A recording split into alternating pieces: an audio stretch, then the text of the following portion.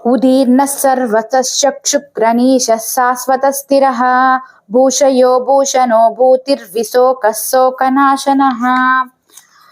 అర్థం: భౌతికంగా, మానసికంగా, ఆధ్యాత్మికంగా మహోన్నత స్థానంలో ఉన్న సర్వేశ్వరుడు అందరినీ, అన్నింటినీ అన్ని వైపుల నుండి చూడగలడు. అతనికి కనిపించకుండా ఏ పని చేసేందుకు వీలు లేదు. అతడు సర్వసాక్షి. అతనికి సాక్ష్యం అక్కర్లేదు. అతనిపై మరో నాథుడు లేడు.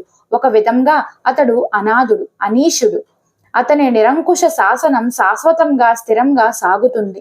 భూమిలో ఒక భాగంగా, భూమికి అలంకారంగా, భూలోకవాసులకు భూరి భూరి వరాలను ప్రసాదిస్తూ వారికి శోకం సోకకుండా చూసే దయామయుడు కనుక అతని ఆధిపత్యం కలకాలం ఉండాలని వాళ్ళు కాంక్షిస్తారు. ఈశ్వరానుగ్రహం ఉంటే అంతులేని కష్టాలు కూడా అవలీలగా తొలగిపోతాయి. ఉదీర్ణः సర్వతశ్చక్షుగ్రనీశः శాశ్వతస్థిరः భూషయో భూషణో భూతిర్విశోకः శోకనాశనః. అర్థం: భౌతికంగా, మానసికంగా, ఆధ్యాత్మికంగా మహోన్నత స్థానంలో ఉన్న సర్వేశ్వరుడు అందరినీ, అన్నింటినీ అన్ని వైపుల నుండి చూడగలడు.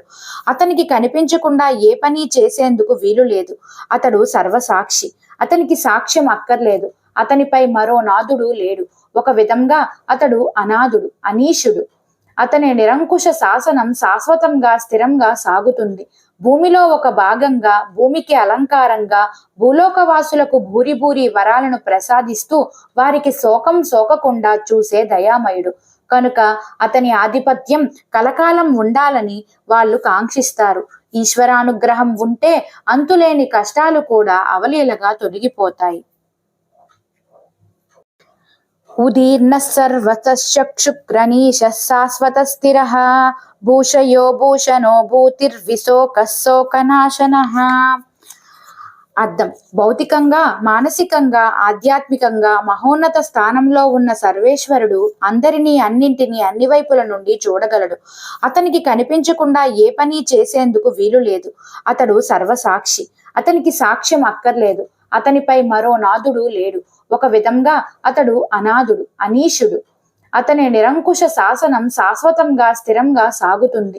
భూమిలో ఒక భాగంగా, భూమికి అలంకారంగా, భూలోకవాసులకు భూరి భూరి వరాలను ప్రసాదిస్తూ వారికి శోకం సోకకుండా చూసే దయామయుడు కనుక అతని ఆధిపత్యం కలకాలం ఉండాలని వాళ్ళు కాంక్షిస్తారు.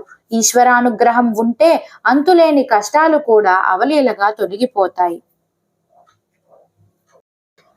ఉదీర్ణः సర్వతశ్చక్షుగ్రనీశः శాశ్వతస్థిరः భూషయో భూషణో భూతిర్విశోకः శోకనాశనః.